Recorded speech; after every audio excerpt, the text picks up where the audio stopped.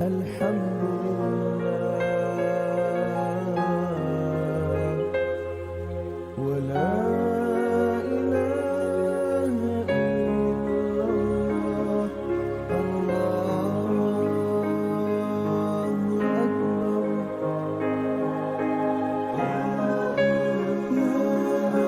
الله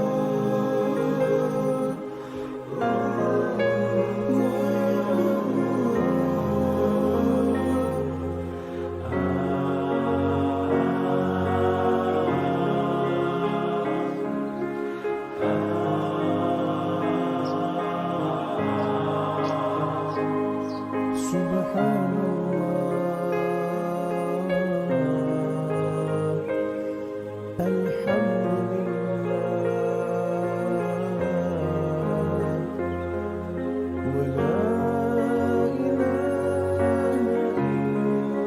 إلا الله الله أكبر سبحان الله الحمد لله ولا إله إلا الله.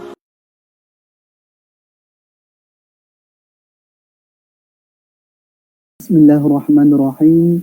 الحمد لله رب العالمين والصلاة والسلام على أشرف الأنبياء والمرسلين وعلى آله وصحبه أجمعين. أما بعد. Assalamualaikum warahmatullahi wabarakatuh.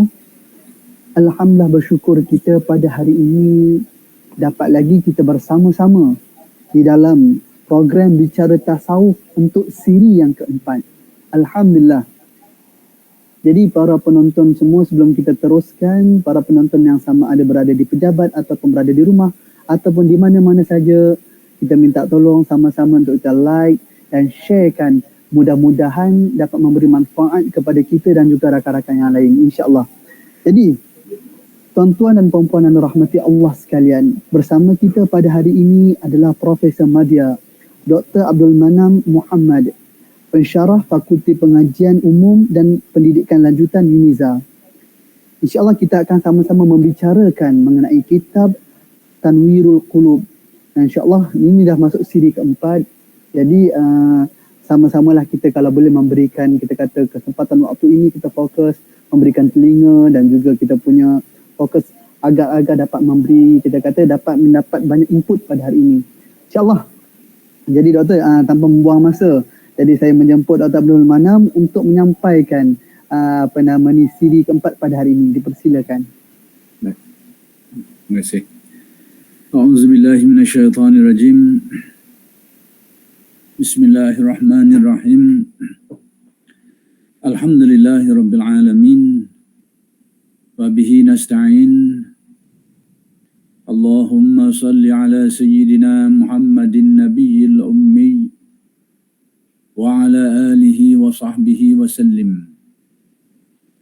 Rabbi syrah li sadri wa yassir li amri wahlul 'uqdatam min lisani yafqahu qawli.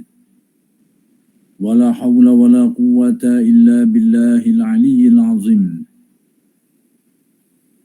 Ilahi anta maksudi wa ridhaka matlubi. A'tini mahabbataka wa ma'rifataka. Assalamualaikum warahmatullahi wabarakatuh.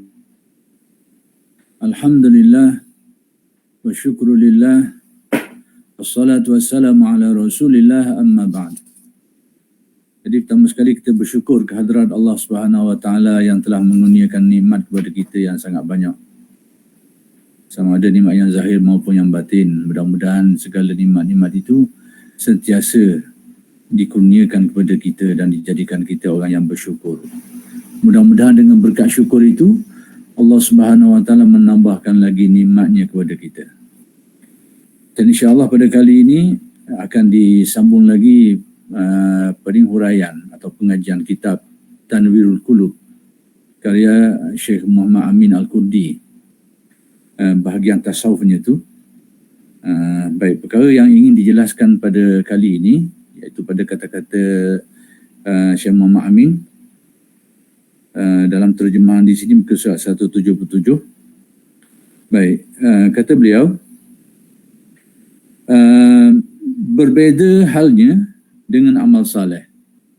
Jadi berbeza ini uslub Indonesia lah, bahasa kita berbeza lah. Jadi berbeza keadaannya dengan amal soleh. Yang sebelum ni Syekh Muhammad Amin Kurdi telah menjelaskan kesan-kesan amal soleh terhadap diri manusia ni. Sekarang beliau ingin menjelaskan tentang perkara yang sebaliknya, yakni mengenai dosa, kesalahan, kemaksiatan dan sebagainya dan kesannya terhadap diri manusia. Baik, perbuatan-perbuatan dosa berbahaya bagi hati, seperti racun membahayakan tubuh. Jadi kata Syekh Muhammad Amin ni, perbuatan-perbuatan salah yang kita buat ni, kesalahan-kesalahan, dosa-dosa dan sebagainya, dia bukan saja seperti yang sedia maklum dalam pengajian ilmu usuluddin kita ni, perbuatan salah dan dosa yang kita lakukan ini, kita akan menerima pembalasan dia di akhirat saja. Rupa-rupanya amalan ni dia ada kesan terhadap diri kita dalam kehidupan kita di dunia ini juga. Aspek inilah yang kadang-kadang jarang diberikan perhatian. Kerana kita mungkin jarang berfikir tentang perkara ni lah. Yang ghalibnya kita ni tengok perbuatan dosa ni, balasan dia nanti, di akhirat nanti. Adapun kaitannya dengan kehidupan kita, aspek qalbu kita dan kehidupan kehidupan seharian kita, sebenarnya kata Syekh Muhammad Amin itu juga ada kesan dia. Maka dinyatakan di sini perbuatan-perbuatan itu sebenarnya berbahaya bagi qalbu. Jadi diri manusia ni yang paling berharga pada diri manusia ni qalbu dia tu. Kalau qalbu tu molek orang lain, rosak di situ rosak orang lain. Kalau qalbu tu, itu juga yang akan boleh mengubah manusia sama ada menjadi manusia atau binatang. Kerana qalbu tadi itu juga. Ulaika kal an'ami bal hum adall. Mereka itu seperti binatang ternak. Tidaklah berarti berubah fizikal jadi binatang ternak, tapi qalbu mereka tu rosak, lalu bertukar sifat menjadi sifat yang sama dengan sifat-sifat kebinatangan. Jadi yang akan menjadikan qalbu manusia ini rosak antaranya kerana sebab kesalahan dan dosa yang dibuat oleh manusia itu. Jadi Syekh Muhammad Amin Kurdi nak menjelaskan kepada kita bahawa kesalahan yang kita buat tu kalau tidak diselesaikan, kalau tidak kita cuba untuk baiki, kalau tidak kita cuba untuk sucikan dia, bersihkan dia dengan istighfar, taubat dan melakukan perkara-perkara lain yang menyumbang kepada terhapusnya kesalahan dan dosa kita tu, dia akan membawa kesan yang berbahaya pada qalbu manusia. Dan dinyatakan di sini oleh beliau, dia seumpama racun yang membahayakan tubuh kita. Jadi kita tengok tamsilah dia ni macam racun. Racun kalau kena pada tubuh kita ni, dia mengakibatkan dengan akibat yang berbagai-bagai lah. Tengok atas bahaya racun tu lah. Kadang-kadang boleh bawa kepada lumpuh, kadang-kadang boleh bawa mati pun ada. Jadi kesan yang parah. Itu yang nak diberitahu oleh Syekh Muhammad Amin. Bahawa kesalahan dan dosa yang dibuat oleh manusia yang tidak dibersihkan, dia akan meninggalkan kesan yang sangat buruk dalam qalbu manusia. Baik, dengan beragam tingkat bahayanya. Yang tahapan dari segi bahaya atau kesan daripada perbuatan salah yang kita buat tu, kesilapan yang kita lakukan itu berbeza-beza lah. Berbeza-beza bergantung kepada banyak perkara. Antaranya perbuatan itu sendiri ada yang dianggap sebagai kesalahan yang berat, kesalahan yang ringan, dosa besar, dosa kecil lah. Kadang-kadang berkait dengan pengulangan, ada yang diulangi dan tidak diulangi. Jadi pengaruh atau kesannya terhadap diri manusia ini berbeza-beza. Tidak ada keburukan dan penyakit di dunia dan di akhirat ini yang tidak disebabkan oleh perbuatan dosa dan maksiat. Ini satu kenyataan yang dikemukakan oleh beliau bahawa segala keburukan yang berlaku dalam kehidupan ni, segala penyakit, segala musibah, tidak ada satu pun di antaranya itu yang berlaku kecuali semuanya itu berkait ataupun diakibatkan oleh dosa dan maksiat. Jadi menurut apa yang beliau keterangan yang dinyatakan oleh Syekh Muhammad Amin ni, masalah kehidupan kita hari ini, masalah lah yang berupa masalah musibah, bencana, semuanya itu berkait dengan perbuatan dosa yang kita buat. Baik, kenyataan beliau ini apakah ada dalil untuk kita bertanggungjawabkan? Kalau kita tengok Al-Quran memang jelas lah bahawa ayat-ayat Al-Quran bila membicarakan tentang masalah-masalah musibah dan sebagainya, di penghujungnya selalunya dikaitkan dengan apa yang diusulkan oleh manusia, bima kasabat aydin nas dan sebagainya. Kalau kita tengok ayat Al-Quran, itulah trend dia. zaharal fasadu fil barri wal bahri bima kasabat aydin nas, antaranya lah bima kan yakzibun, dengan sebab pendustaan yang mereka lakukan, dan macam-macam lagi ayat yang dikaitkan bahawa musibah, bala bencana dan itu dan ini macam-macam lah dalam kehidupan kita ni, semuanya berpunca berkait dengan kesalahan, dosa dan perbuatan buruk yang telah dilakukan oleh manusia. Itu perkara yang perlu kita perlu kita terima, perlu kita fahami, dan bahawa ternyata kenyataan ini boleh dipertanggungjawabkan kerana dalil-dalil Al-Quran sangat banyak sekali menyebut tentang perkara ini. Baik, maksiat mempunyai banyak pengaruh buruk yang membahayakan hati dan badan. Jadi ternyata bahaya kemaksiatan ni bukan saja dia pada qalbu manusia, pada hati manusia, tapi juga pada tubuh badan zahirnya. Jadi mungkin kita boleh fikirlah masalah kesan kemaksiatan tu pada qalbu tu kita nampak dekat sikit sebab dia merupakan perkara spiritual, perkara rohanian. Jadi perbuatan salah tu dia mengakibatkan hati kita menjadi terhijab, haji kita menjadi kotor, banyak sifat buruk, itu kita rasa dekat sikit. Tapi macam mana dosa ni ada kesan terhadap tubuh badan kita ni, zahir ni. Itu yang kadang-kadang kita rasa agak kita nak sikukan benda tu rasa mungkin tu sikit lah. Okay. Tapi Syekh Muhammad Amin Kurdi menyatakan bahawa kesan kesalahan kita tu, perbuatan buruk kita tu, kesilapan kita yang kita lakukan itu sebenarnya bukan pada qalbu saja, bahkan pada badan kita juga. Dia ada kesannya, ada pengaruhnya.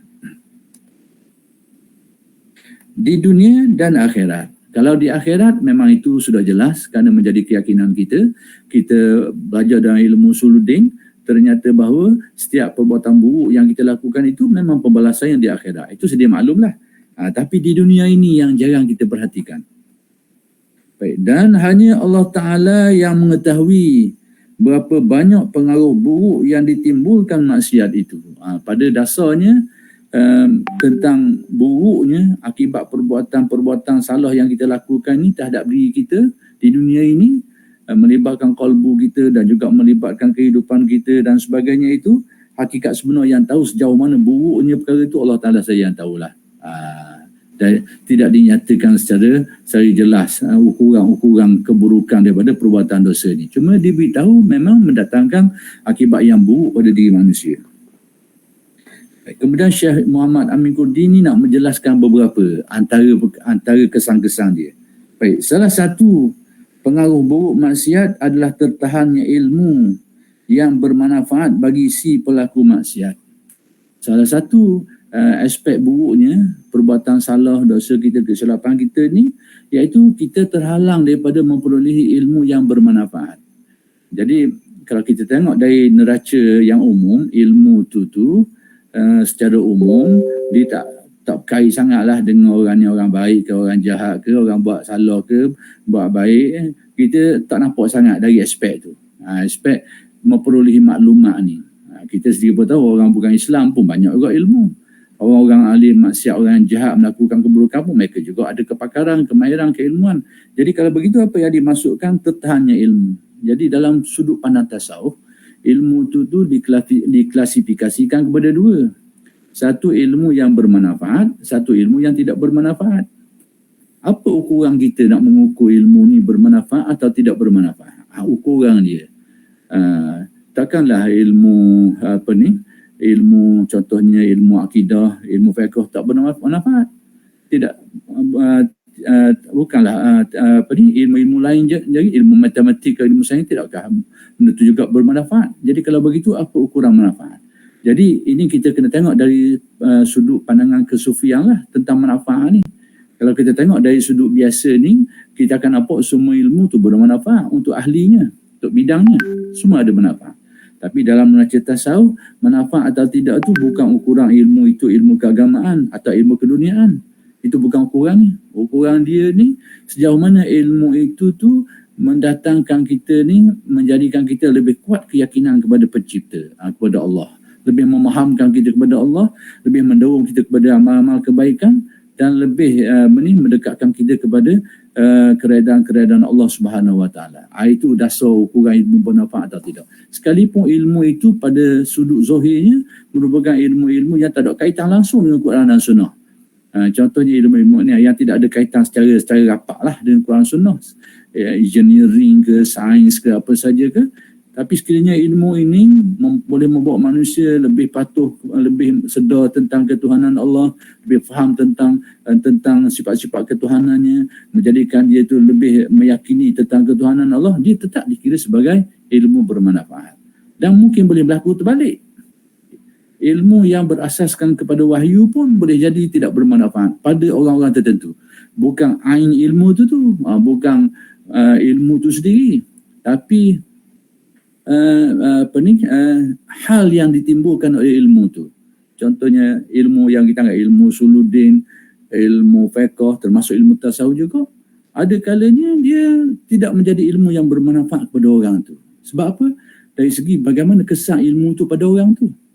Sekiranya dengan ilmu ni menjadikan orang itu lebih sombong, lebih bangga, dan melihat orang semuanya bodoh, melihat orang semuanya tak kena, melihat orang semuanya tidak bererti. Ilmu ini, sekiranya ilmu mendatangkan sifat yang demikian, berarti ilmu itu dari kacamata tasawufnya tidak dikira sebagai ilmu yang bermanfaat. Sebab itu dalam setengah kitab tasawuf selalu didatangkan hadis ini, sekalipun periwayatannya tidaklah terlalu kuat, tapi makbul lah tarafnya pada dasarnya. Man izdada ilman walam yazdad hudan, lam yazdad minallahi illa bu'dan. Sesiapa yang bertambah ilmu pengetahuan dia tu tapi tidak bertambah petunjuk, macam mana boleh jadi macam tu? Pengetahuan bertambah, petunjuk yang tidak bertambah. Jadi maka dinyatakan lam yazdad minallahi illa bu'dan. Dia ini tidak bertambah melainkan semakin jauh daripada Allah Ta'ala. Ilmu bertambah, hidayahnya tidak ada. Tidakkah kita ni tahu ilmu itu nur, menerangi, tapi macam mana hadis ni kata macam tu? Jadi kena tengok. Sesuatu benda tu kadang-kadang baik, tapi tengok tempat letak yang mana. Kuah gula ni benda yang halal, molek, sedap. Tapi kalau duduk dalam kocek, masalah lah. Bukan tempat dia.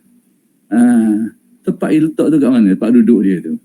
Jadi aim dia tu memang molek. Tempat dia jatuh di mana? Maka demikian juga ilmu ni. Kalau jatuh pada kalbu yang tidak sehat, maka orang akan jadikan ilmu itu untuk kejahatan. Orang akan memanfaatkan ilmu, menggunakan ilmu itu untuk buat perkara yang tidak baik, perkara yang menyanggahi syarak dan sebagainya. Maka di kala itu ilmu itu dikatakan ilmu yang tidak mendatangkan manfaat. Bukan ain, bukan diri ilmu itu sendiri, tapi konsep dia tu ataupun rangkaian ilmu tu yang menjadikan orang tu terlibat dengan kesalahan, kesilapan, sifat buruk dan sebagainya. Itu yang perlu kita faham. Jadi bila dikatakan di sini menjadikan antara kesan dosa, menjadikan ilmu tu ilmu yang tertahan daripada seseorang tu, iaitu ilmu yang bermanfaat tak dapat ke dia. Jadi kalau kita tak faham dengan baik, mungkin berlawanan dengan wakil lah, dengan realiti yang kita tengok. Kita tengok kawan ni semayang pun tak, tapi best student. Mana pula ni? Kadang-kadang dia ni nampak perbuatan buruk, buat jahat, buat ni, tapi menjadi pelajar antara pelajar cemerlang. Macam mana ni? Jadi perlu dipahami bahawa ilmu yang dimaksudkan di situ adalah ilmu yang ada cirinya, iaitu memberi manfaat. Baik, kerana ilmu adalah cahaya yang Allah pancarkan ke dalam hati hamba. Itu hakikat sebenar ilmu. Bila sebut cahaya, sepatutnya dia akan mencahayakan kalbu lah. Tapi kalau dia menanamkan sifat buruk dalam kalbu, berarti ada benda yang tidak kena. Sementara laku maksiat, yakni laku ni perbuatan maksiat, akan memadamkan cahaya yang sudah tertanam. Jadi kalau ilmu yang sedia ada pun, dengan perbuatan buruk kita tu, maka sinar dia tu akan terpadam. Dorongan ilmu tu yang patutnya menerangkan akal, kalbu kita tu, tak jadi macam tu. Bahkan dia mendorong kita kepada hal-hal yang lain daripada hal-hal yang baik. Atau akan menjadi penghalang masuknya cahaya ke dalam hati jika cahaya belum ada di dalam hati si hamba. Jadi pengaruh perbuatan salah dan dosa yang kita buat ni, pertama sekali bukan saja dia menghalang ilmu-ilmu yang bermanfaat tu diperolehi, tetapi juga yang sedia ada pun dikaburkan cahayanya, sinarnya tu. Yang sepatutnya ilmu itu memberi laluan kepada kita untuk melakukan banyak kebaikan, tiba-tiba tak. Kita gunakan kemahiran kita, kepandaian kita, kepakaran kita itu pada perkara-perkara yang bercanggah dengan syarak, perkara yang dilarang dan sebagainya lagi. Itu perkara yang perlu kita fahami daripada kenyataan beliau ini. Baik, kemudian kata Syekh Muhammad Amin Kurdi lagi, pengaruh lain dari maksiat adalah derita keterasingan yang dirasakan si pelaku antara dirinya dengan Allah Ta'ala. Apa erti kata-kata beliau ini? Antara kesang kemaksiatan itu menjadikan kalbu seseorang itu wahsyah. Wahsyah ni jadi liur.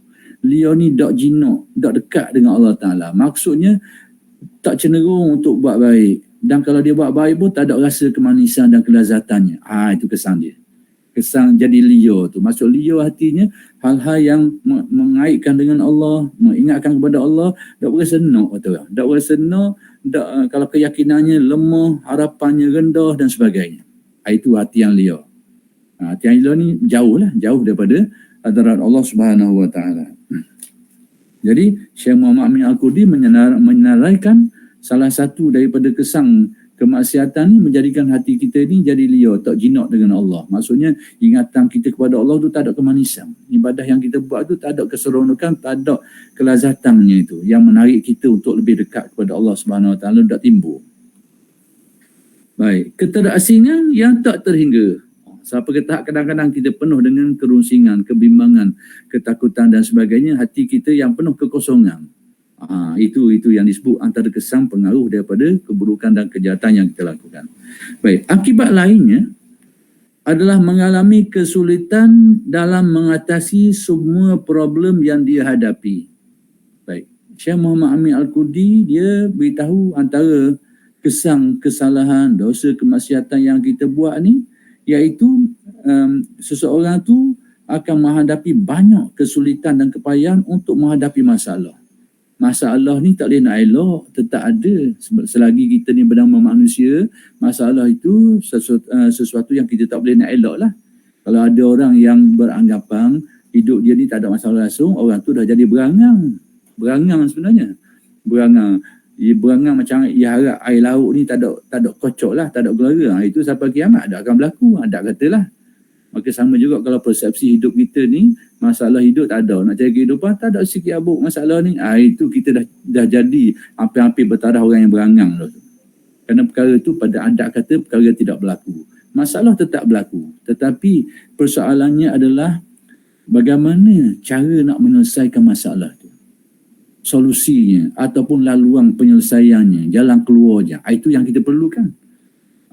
Adapun nak mengharapkan dunia ni tak ada masalah, itu kalau kita tengok pada huraian Syekh Ibn Atta' dalam Kalam Al-Hikam, itu berlawanan dengan tabi'i. Dunia yang dinamakan dunia tu memang benda tu sifat-sifat keburukan, permasalahan itu memang tabi'i ataupun ciri kepada kehidupan duniawi kita ni, tak boleh nak elok.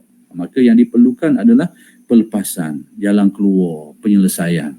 Jadi antara akibat daripada melakukan kesilapan ni, kata Syekh Muhammad Amin Al-Kurdi, orang tu menghadapi banyak kesulitan kepayahan untuk menyelesaikan masalah dia.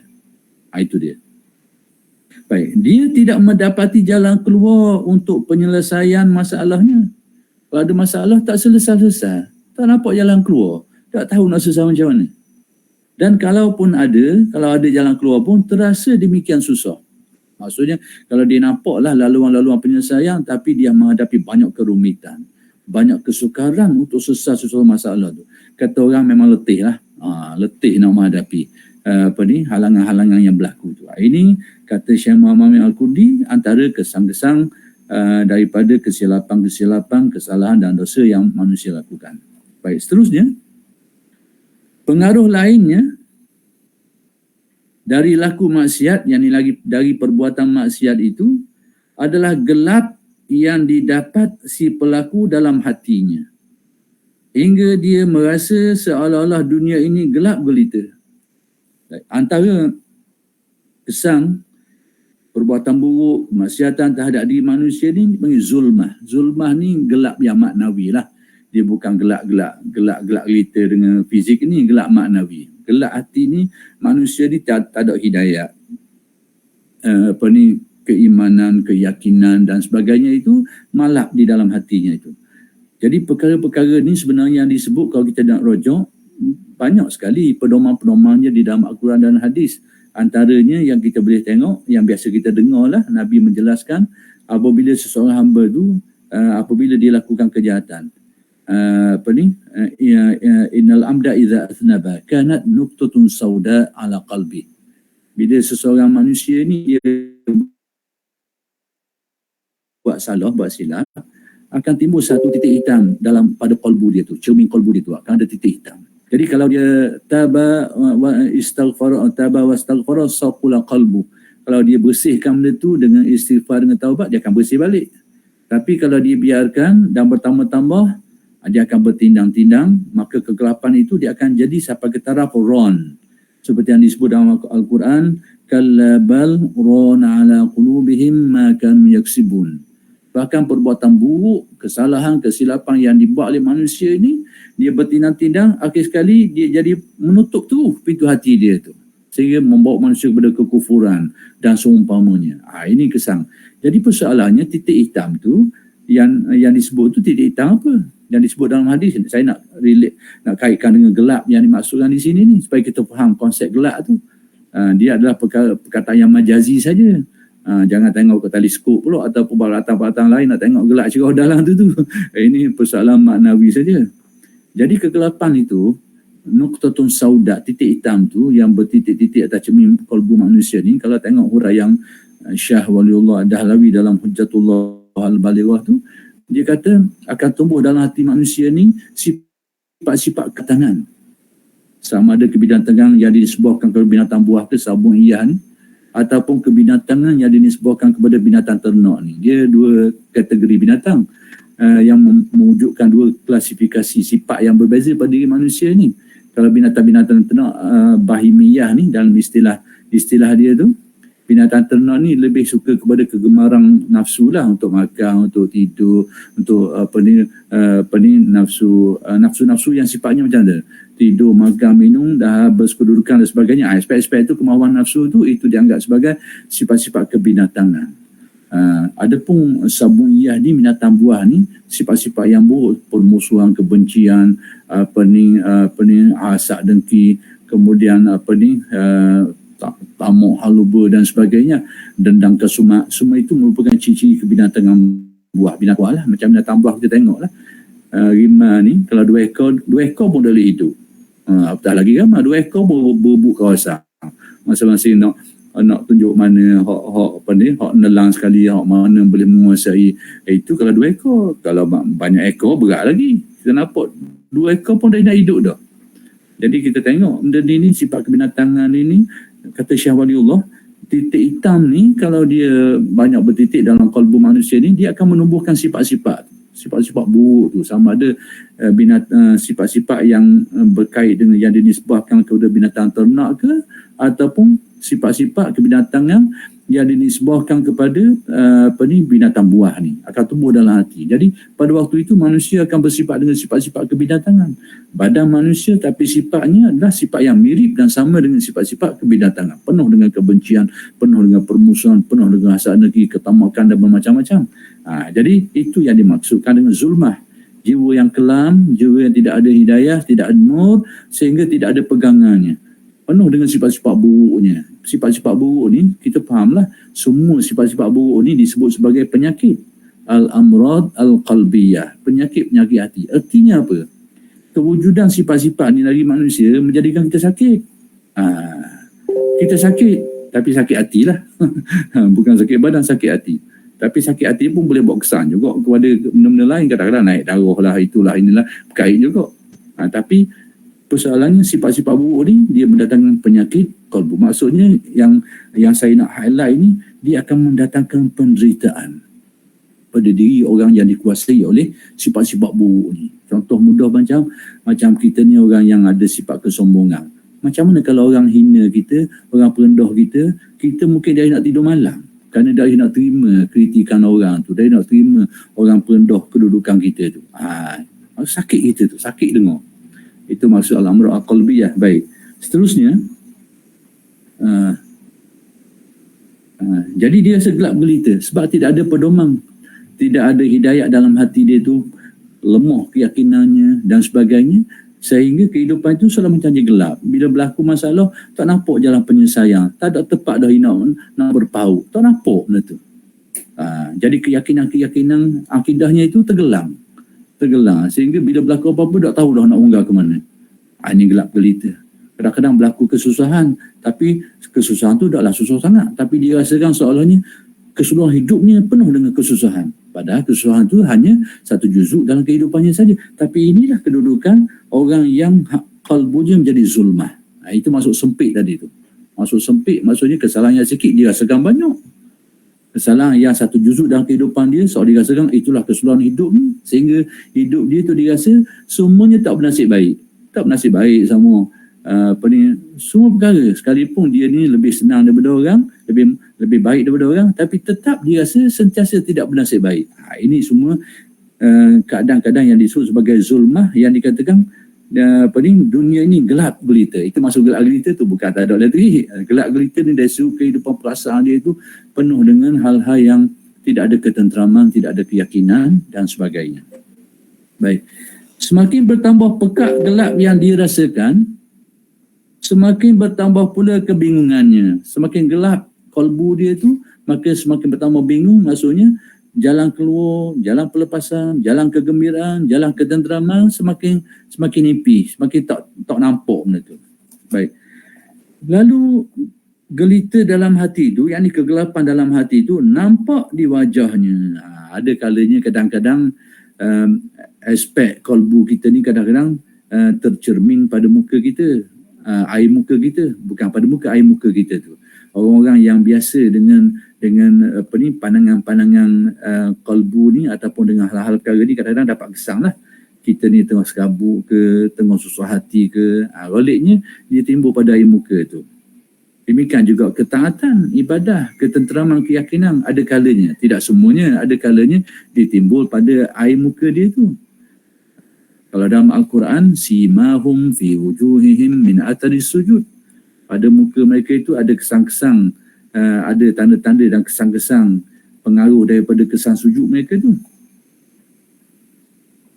Okey, hingga jelas terlihat di mata para ahli basirah.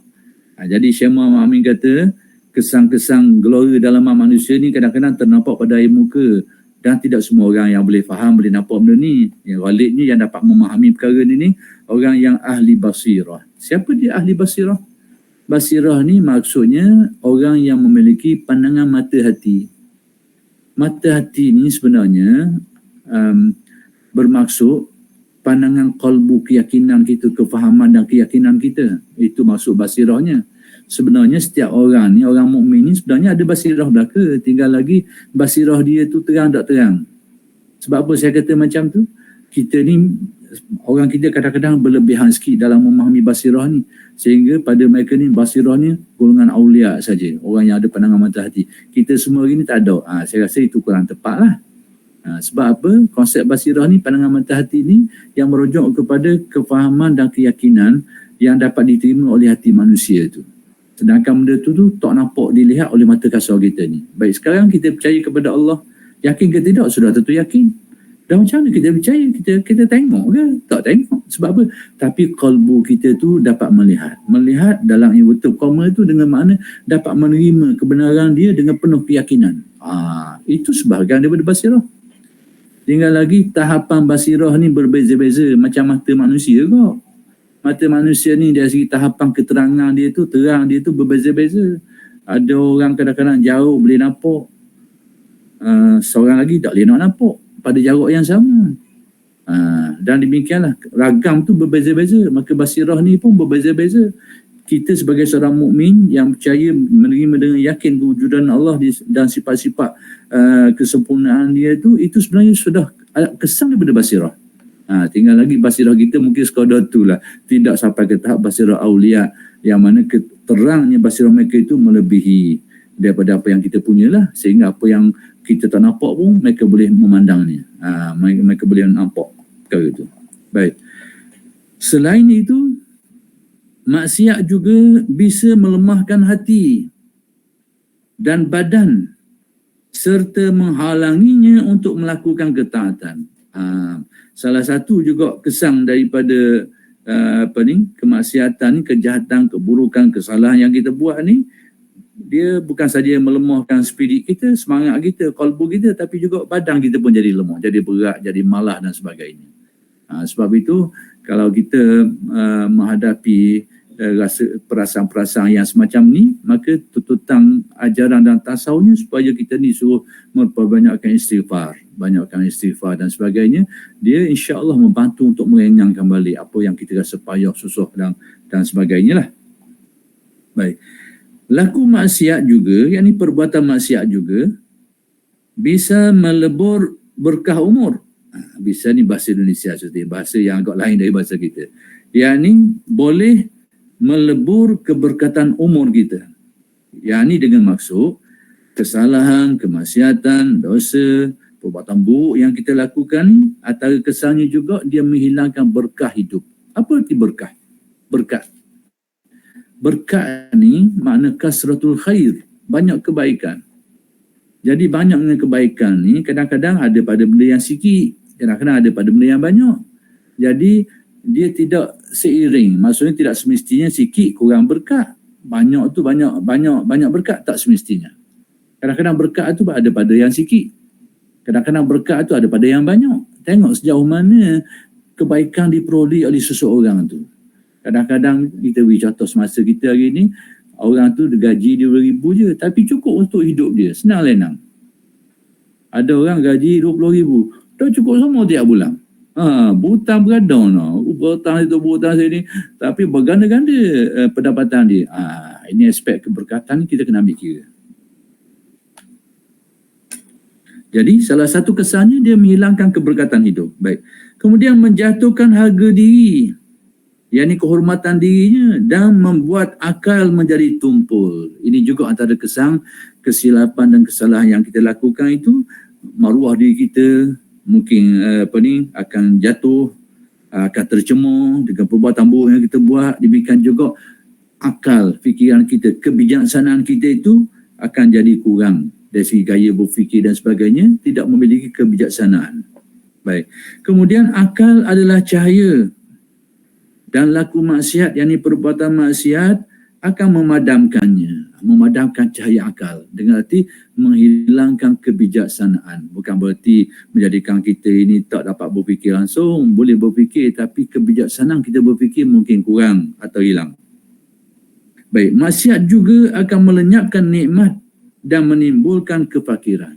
Jadi salah satu di antara kesan kemaksiatan adalah menghilangkan kenikmatan sesuatu perkara itu, kenikmatan kurniaan Allah tu, dia akan menghilang. Hilang di sini sama ada nilai kenikmatan itu menjadi hilang pada perasaan kita, kita tak dapat menikmatinya dengan sebaik-baiknya, ataupun memang kuantiti nikmat itu sendiri dikurangi.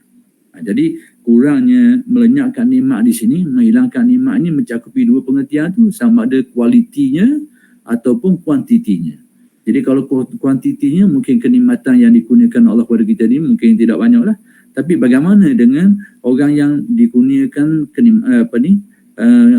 kurniaan yang sangat banyak, padahal kehidupan dia itu sangat teruk, keyakinan dia, amal ibadah, keburukan, tapi kaya raya macam mana? Kita kena faham yang itu, bahawa kenikmatan yang dikurangi itu, yang dilenyapkan adalah kualiti dia. Berapa ramai kita tengok hari ni orang kaya raya tapi berkesudahan mati bunuh diri, padahal kehidupan dia serba cukup. Kita tengok dalam sejarah hidup manusia hari ni, orang-orang kaya yang bunuh diri sangat ramai. Sebab apa? Apa yang tidak cukup? Ini dia. Melenyapkan kenikmatan. Dia tak dapat rasa kenikmatan dengan apa yang ada. Tak ada. Dia lenyapkan kenikmatan. Jadi kita ni kadang-kadang nikmat tu sendiri memang kurang tu. Nikmat tu sendiri. Maksudnya tak banyak macam orang lain. Tak apalah, pada masing-masing. Dan menimbulkan kefakiran. Menimbulkan kefakiran ni, fakir dalam istilah tasawuf ni dia merujuk pada dua perkara. Kadang-kadang fakir kehidupan, itu aspek yang biasa kita fahamlah. Tapi kefakiran juga merujuk pada fakir qalbu. Dan ini merujuk pada hadis Nabi. Hadis Nabi yang macam mana? Nabi menyebut laisal ghina an kasratil aradi walakinnal ghina ghinan nafsi. Bukanlah kekayaan sebenar tu disebabkan kerana banyaknya pemilikan sesuatu tu, tetapi kaya sebenar ni kaya qalbu dia, ghinan nafsi, kaya diri dia tu. Jadi saya terangkan ini supaya kita senang nak memahami perkara-perkara yang berkait. Contohnya bila dikatakan perbuatan maksiat itu menimbulkan kefakiran, tapi realiti yang kita tengok, banyak ahli maksiat kaya-raya, senang lenang. Macam mana tu? Maka kita fahamlah bahawa kefakiran itu mungkin merujuk kepada kefakiran kalbu dia tu. Mungkin dia kaya tapi hati miskin. Hati tak pernah cukup, tak pernah senang dengan apa yang ada, tak pernah terasa dengan apa yang dimiliki. Itu miskin kalbu. Sentiasa rasa tak cukup, sentiasa rasa penuh dengan ketamakan dan macam-macam. Itu panggil miskin kalbu. Jadi bila kita jelaskan ni supaya kita tengok situasi yang berbeza. Bila dinyatakan di sini bahawa kesan kemaksiatan tu menimbulkan kefakiran, ada kalanya berbentuk kefakiran fizikal. Dan ada kalanya perlu kita tafsir, jelaskan kefakiran di situ adalah kalbunya jadi miskin. Suatu nikmat tidak akan lenyap dari seorang hamba selain kerana dosa. Seperti yang sedia maklum tadilah, yang dijelaskan di awal tadi, banyak ayat Al-Quran menjelaskan bahawa kesilapan-kesilapan kita itulah menjadi sebab kepada musibah, bencana, kerosakan-kerosakan yang berlaku dalam kehidupan kita sendiri. Dan seksa, bawa kepada seksa, yakni azab tidak akan, dan seksa yakni azab tidak akan menimpa seorang hamba selain kerana dosa, seperti yang sudah disebutkan di awal mukadimah tadi. Allah Ta'ala berfirman yang bermaksud dan musibah yang menimpa kamu adalah disebabkan oleh perbuatan tanganmu sendiri. Dan Allah memaafkan sebahagian besar. Ma asabakum min musibatin fabima kasabat aydikum wa ya'fu an katsir. Jadi musibah yang menimpa kita ni sebenarnya memang puncanya adalah kerana usaha-usaha yang kita buat. Ini perbuatan-perbuatan yang kita lakukan. Yang kita lakukan semua itu, yang kita usahakan untuk kita buat perbuatan buruk tu, itulah yang mengundang kepada musibah-musibah. Itu sebahagian saja yang didatangkan dalam kehidupan kita. Tapi yang diberi kemaafan oleh Allah lebih banyak lagi. Itu nak dinyatakan bahawa musibah yang menimpa kita ni, pertama sekali memang itu adalah hasil ataupun natijah atau disebabkan oleh perbuatan buruk yang kita lakukan. Tapi itu bukan itu bukan pembalasan yang lengkap. Bukan. Dia hanya sebahagian saja. Sebab apa? Yang lain itu diberi kemaafan oleh Allah. Kalau diberi, anda kata semua yang kita buat tu dibalas serentak menurut nilainya, itu berat kita. Mungkin berat kita nak menanggung, itu mungkin tidak mampu tanggung. Jadi demikianlah perkara yang ingin dijelaskan oleh Syekh Muhammad Amin Al-Qurdi. Baik, bab yang selanjutnya, bab seterusnya tentang tasawuf. Jadi yang tadi itu sudah 4 kuliah tu mukadimah dalam pasal tasawuf ni. Baru nak masuk tasawuf. Baik, tapi inilah intipati yang penting yang ingin disampaikan oleh Syekh Muhammad Amin Qurdi tentang tasawuf ada di sini. Baik, apa kata beliau? Ketahuilah bahawa tasawuf yang juga disebut ilmu batin. Istilah orang kita, ilmu batin ni lain. Ilmu batin ni, ilmu orang belajar silat tu, ilmu juruh tu ilmu batin. Tapi tasawuf ada ilmu batin adalah sebenarnya ilmu batin ni nama lain bagi tasawuf. Jadi penggunaan istilah ilmu batin digunakan untuk ilmu-ilmu magic tadi tu, itu penggunaan setempat je lah. Tapi dalam tasawuf memang, kitab tasawuf memang menggunakan nama lain bagi ilmu tasawuf adalah ilmu batin. Baik, kalau kita tanya sikit, mari mana nama-nama ilmu batin ni? Ilmu batin. Jadi antaranya yang kita boleh kait kalau nak tengok kepada rujukan hadis, Nabi bersabda ilmu ilman. Ilmu tu ada 2 jenis.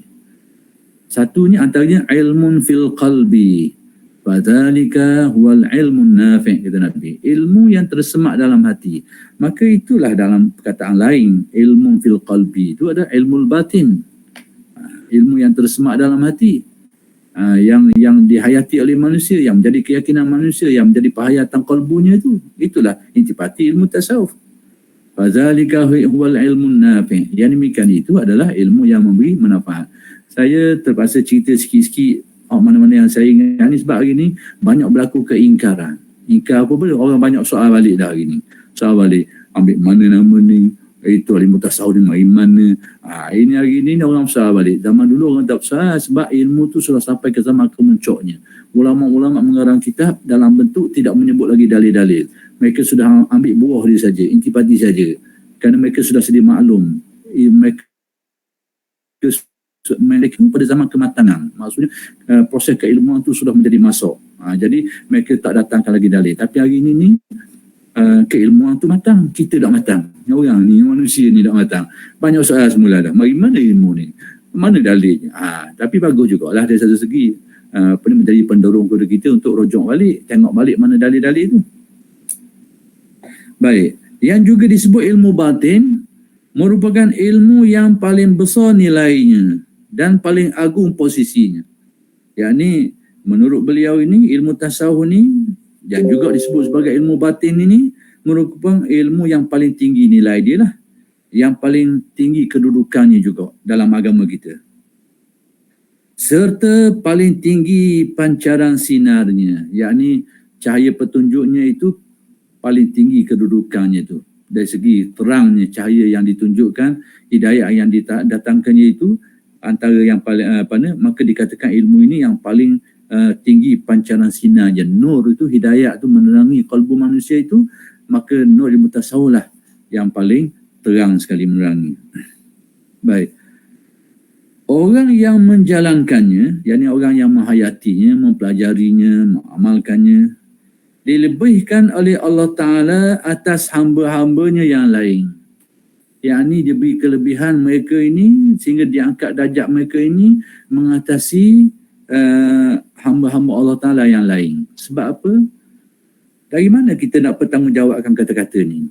Bahawa orang yang menjalankannya, yakni orang yang menghayati ilmu ni, diberi kelebihan oleh Allah mengatasi hamba-hambanya yang lain. Kalau kita nak tengok dalil, nak cari dalil mana ni yang mengesahkan kenyataan ni? Antara yang jelas, sama ada kita perasan tak perasan je. Hak jelas, hak mudah sekali, biasa dengar. Ayat yang selalu kita dengar, disebut oleh khatib-khatib dakwah tubah pun selalu sebut. Cuma mungkin kita tak perasan kita sini. Iaitu Allah Ta'ala berfirman dalam Al-Quran, A'udzubillahi minasyaitanirrajim, Bismillahirrahmanirrahim, Inna akramakum indallahi atqakum. Orang yang paling mulia, paling tinggi kedudukan, Inna akramakum indallah, tapi ukurannya di sisi Allah, mungkin di sisi manusia mungkin lain lah. Tapi di sisi Allah, nilai yang tingkatan kemuliaan ni, atqakum, yang paling bertakwa. Kalau kita tengok sikit sepitah lalu tentang ayat ni, perkataan atqakum itu di isim tafdil, menunjukkan pada yang paling tinggi takwanya. Berarti takwa ni banyak tingkatan dia. Maka di sinilah Al-Ghazali menjelaskan tingkatan takwa dipecahkan pada 3. Satu bahagian saja aspek zahir. Satu bahagian je. Takwa yang disebut oleh Ghazali ni 1/3 saja yang menyentuh tentang amalan-amalan zahir kita ni, ibadah kita, akhlak kita. 2/3 lagi semuanya urusan kalbu dia, urusan dalam manusia. Jadi dikaitkan di sini bahawa bila sebut kalbu tu, kita tahulah ilmunya itu ilmu batin tadi itu, ilmu khusyuk dalam riwayat yang lain, nama yang lain tentang tasawuf ni, atau ilmu ihsan dalam hadis ihsan tu, semua itu merujuk ilmu tasawuf. Jadi dapatlah kita nyatakan di sini kenyataan yang disebut oleh beliau ini, itulah antara rujukan yang kita boleh bertanggungjawabkan. Nak menyatakan bahawa orang yang menghayati ilmu ni diangkat darjatnya, dilebihkan mereka ni melebihi hamba Allah berdasarkan tadi tu. Kerana kemuliaan manusia ni pada takwanya. Dan takwa tu apa benda? 2 bahagian tu adalah merujuk pada kalbunya. Maka kalbu itulah merupakan intipati bagi tasawuf. Atas hamba-hambanya yang lain, setelah para Nabi dan Rasul alaihimussalatu wassalam, sudah tentulah bahawa kelebihan mereka ni memang tidak dapatlah mereka ni melebihi para Nabi dan Rasul. Itu sedia maklum dah. Baik, Allah menjadikan kalbu mereka sebagai tempat menyimpan berbagai rahsia. Ni apa benda rahsia-rahsia pula ni? Allah Ta'ala jadikan kalbu ahli-ahli tasawuf ni tempat menyimpan rahsia. Apa maksud rahsia? Rahsia dengan arti benda yang orang tak tahu. Kalau orang tahu, tak panggil rahsia dah. Itu rahsia. Jadi sesuatu yang dicurahkan ke dalam hati, yang berupa keyakinan, yang bukan maqamat, ahwal, dan juga rahsia-rahsia tasawuf yang lain itu semuanya diklasifikasikan sebagai rahsia. Sebab apa? Dia perkara yang terpendam dalam hati, orang lain tak nampak, tak tahu. Itu rahsia. Bukan rahsia pelik, bukan benda-benda yang bercanggah dengan syarak. Tidak. Tapi nak kabarnya, Allah Ta'ala cetuskan, buka dalam hati mereka itu kefahaman-kefahaman yang mendalam tentang agamanya. keyakinan-keyakinan yang mendalam, maratib atau martabak-martabak keyakinan mereka itu, mereka capai menusi kalbu mereka itu, semua itu menjadi asrar, menjadi rahsia. Termasuklah kalau kita nak huraikan banyak lagi lah, antaranya rahsia firasah. Kalau kita nak tengok aspek yang lebih yang biasa orang cakap sikit, dan itu memang orang anggap rahsia lah, rahsia firasah. Firasah ni pandangan tumbuh, pandangan yang dia nampak orang tak nampak. Dia dah nampak, dia tahu apa yang orang dah tahu, dan itu kurnia Allah. Ini sesuatu yang sebahagian daripada rahsia yang dimaksudkan. Jadi apa yang saya nak nyatakan di sini bahawa kalbu mereka ni, kalbu ahli tasawuf ni tempat menyimpan rahsia. Apabila mereka ni mendekatkan hati mereka dengan Allah, menyucikan batin, Allah Ta'ala melempahkan kurnia kepada hati mereka ni sehingga dipenuhi dengan berbagai-bagai perkara.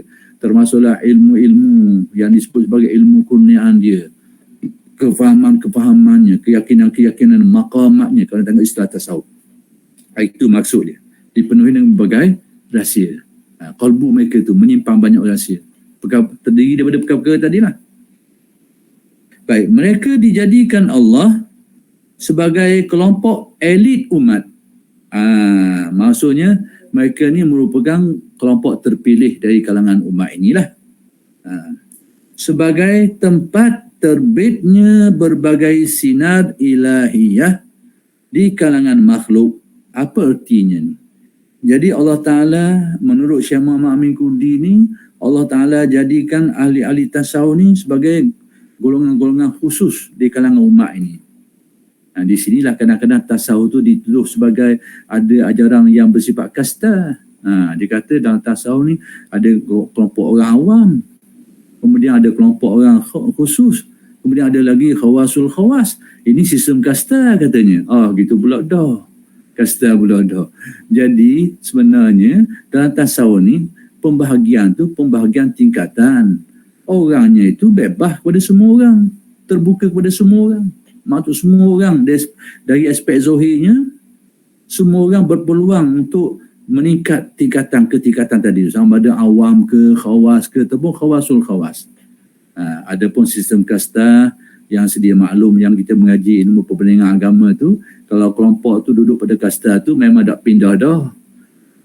Kalau duduk kasta rendah sekali, kaya mana sekalipun, kasta yang tak berubah. Itu sistem kasta. Dan tasawuf ni itu hierarki keilmuan mereka. Khawas, khusus, awam, kelompok khawas, kemudian khawasul khawas. Tapi siapa saja boleh berusaha untuk menempuh tingkatan tu. Jadi saya sebut tu antara apa-apa yang pernah kita dengar tentang komen orang tentang aspek pembahagian darjat ni dah dianggap sebagai, dikatakan sebagai ilmu yang berkasta. Jadi mereka ni tempat terbitnya berbagai sinar ilahiyah. Artinya apa? Ahli-ahli tasawuf ni tempat orang yang Allah Ta'ala buka ke dalam hati mereka itu hidayah, rahsia ilmu dan sebagainya, yang mana ilmu-ilmu ini, hidayah-hidayah ini, kefahaman-kefahaman ini ni mereka curahkan, sampaikan kepada umat manusia orang Islam lain untuk diambil manfaat. Sebab itu kita akan lihat dalam kelompok-kelompok ahli tasawuf ni ada di antara mereka itu alim ulama, yang mana keilmuan mereka itu kadang-kadang kita sendiri pun dah nak fikir macam mana tahap kealiman mereka itu sehingga dapat menulis sesuatu yang kita anggap agak aneh lah. Karya-karya yang mereka terbitkan itu pada tahap yang agak aneh. Nak khabar mereka ni sudah tentu dikurniakan Allah sesuatu yang agak mendalam kefahaman dia itu, sehingga boleh menulis dengan karya-karya yang sangat baik, yang sangat bermutu dan sebagainya. Jadi itu maksud bahawa mereka ni tempat keluarnya cahaya yang akan dimanfaatkan ataupun yang akan memberi manfaat kepada makhluk orang Islam yang lain. Jadi ahli tasawuf lah salah satu golongan yang bersifat demikian itu. Orang yang Allah Ta'ala kurniakan keilmuan kepada mereka ini, hidayah, pedoman petunjuk, yang mana pedoman petunjuk itu mereka curahkan, mereka gunakan untuk memberi nasihat, mengajarkan kepada umat manusia. Baik. Mereka adalah penolong bagi makhluk. Ni perkataan ni mungkin akhir hari ni saya jelaskan, tengok masa 2 minit, 3 minit lagi tu. Baik, dia kata apa? Mereka adalah penolong bagi makhluk. Mereka ni jadi penolong bagi makhluk. saya ada tengok satu syarahan kitab yang mensyarahkan Tanwirul Qulub ni. Saya dapat satu kitab tu yang ada takhrij dan tahqiq lah dia, tapi tak koset. Teks asal kitab Tanwirul Qulub tu tak koset, tapi dia buat dalam bentuk ta'liq di bawah. Saya terkejut saya tengok dia ta'liq ayat ni. Ayat mereka yang ahli tasawuf tu adalah penolong bagi makhluk. Dia kata ni ayat syirik, dia kata. Masya Allah, syirik pula dah. Main sekarang syirik selalu. Jadi nak kabarnya, baik secara mudahnya oleh masa sangat terhad ni, perkataan mereka ni ahli tasawuf ni menjadi penolong bagi makhluk ni, yakni ahli tasawuf ni menjadi sebab dengan usaha mereka tu, dengan doa mereka tu dapat menolong manusia.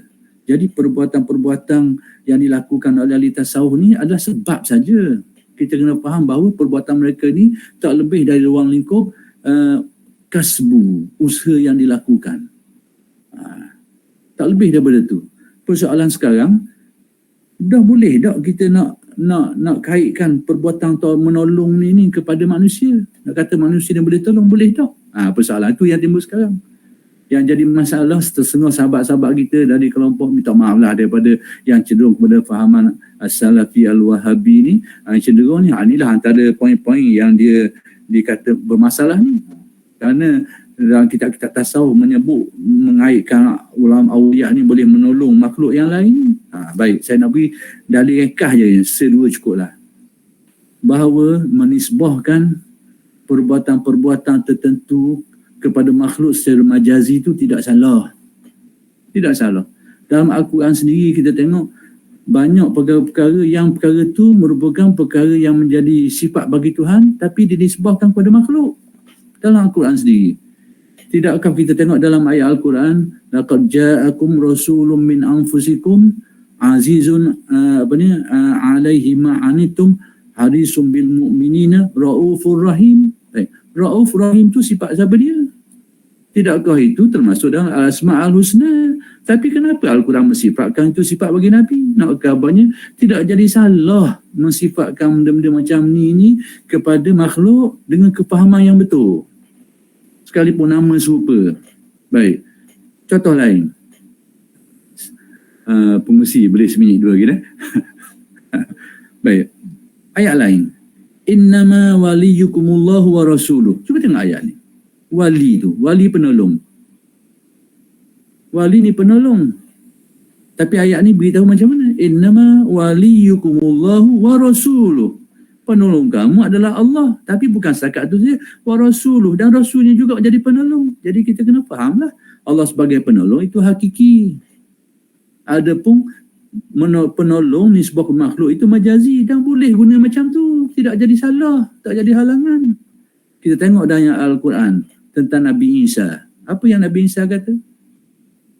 Wa ubri'ul akmaha wal abrasa wa uhyil mauta. Jadi Nabi Isa menisbahkan diri kepada diri dia. Wa ubri'ul akmaha wal abrasa.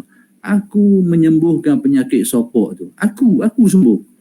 Dah Nabi Isa dah jadi Tuhan ke mana? Itu kena tanya. Jadi, kenapa dia tak kata Allah Ta'ala yang menyembuhkan benda ni? Dia aku. Wa ubri'u. Aku yang menyembuhkan penyakit itu. Jadi, ternyata bahawa perbuatan itu dinisbahkan kepada si pelaku tu secara majazi. Dan tidak salah. Akhir sekali, saya nak khabar. Baik. Kalau kita anggap menisbahkan perbuatan menolong ni kepada makhluk satu kesalahan dan sebagainya, macam mana dengan hadis Nabi, salam bihatul Nabi? Tidakkah kita dengar hadis Nabi, wallahu fi aunil abdi ma damal abdu fi auni akhihi. Tengok hadis ni macam mana. Dan Allah Ta'ala tu menolong hambanya selama mana hamba tu menolong hambanya. Jadi hadis tu sendiri mengisbatkan bahawa manusia ni boleh tolong manusia. Madamal abdu fi auni akhihi. Aun, pertolongan tu. Selama mana manusia itu menolong hambanya. Jadi menisbahkan perbuatan menolong kepada makhluk ni tidak salah. Sekalipun kita tahu hakikat pertolongan tu hanya Allah Ta'ala saja. tapi kita faham kalau itu berlaku secara majazi. Itu ialah, tapi kalau kita tengok dalil-dalil yang lain masih banyak lagi, tapi saya rasa cukup untuk menjelaskan. Jadi saya sebut perkataan tadi tu, saya terkejut tengok kepada orang yang mentahlik kita ni, dia kata ini syirik ni, Masya Allah. Oh, syirik cepat dah lalu. Tapi macam saya katalah, setakat itu sajalah untuk kali ini. Nanti insya-Allah huraian selanjutnya kitab ini akan kita sambung pada kali yang akan datang lagi lah. Sekianlah saja dulu. Aku qauli hadza wa astaghfirullahalazim li wa lakum. Assalamualaikum warahmatullahi wabarakatuh. Waalaikumsalam warahmatullahi wabarakatuh. Alhamdulillah, pihak Masjid UKM mengucapkan terima kasih kepada Dr. Profesor Madya, Dr. Abdul Manan Muhammad di atas penerangan tadi yang cukup baik, saya rasa lah. Memang panjang lagi sebenarnya kalau kita nak kupas ni, kalau kita lihat masih lagi kita dalam tadi di awal-awal tadi mengenai contohnya kesan-kesan kepada hati, kesan dosa dan maksiat kepada hati, dan tadi baru kita masuk tasawuf sedikit. Jadi insya-Allah harapnya para penonton semua masih lagi kita bersama di minggu hadapan, sama-sama untuk kita teruskan lagi. Rasa macam tak nak berhenti tadi dengar Doktor. Seronok dengar satu persatu kupasannya yang tadi. Alhamdulillah, banyak kita kata membuka ruang pemikiran kita yang baru, dan juga kita kata pun membersihkan hati kita. Banyak perkara-perkara yang mungkin kita terlepas pandang selama ini, yang mana kesan dosa dan maksiat ini juga akan memberi kesan kepada kehidupan kita yang kita lihat sebagaimana sekarang inilah apa yang telah terjadi. Jadi tuan-tuan dan rahmati Allah sekalian, tuan-tuan dan puan-puan dan rahmati Allah sekalian, sekali lagi pihak Masjid UKM mengucapkan terima kasih kepada semua yang sama-sama menonton. Jangan lupa untuk share, mudah-mudahan dapat memberi manfaat kepada diri kita dan juga kepada orang lain.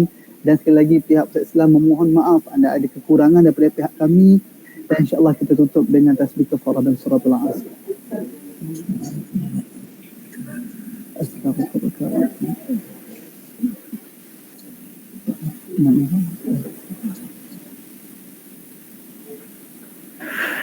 Assalamualaikum warahmatullahi wabarakatuh.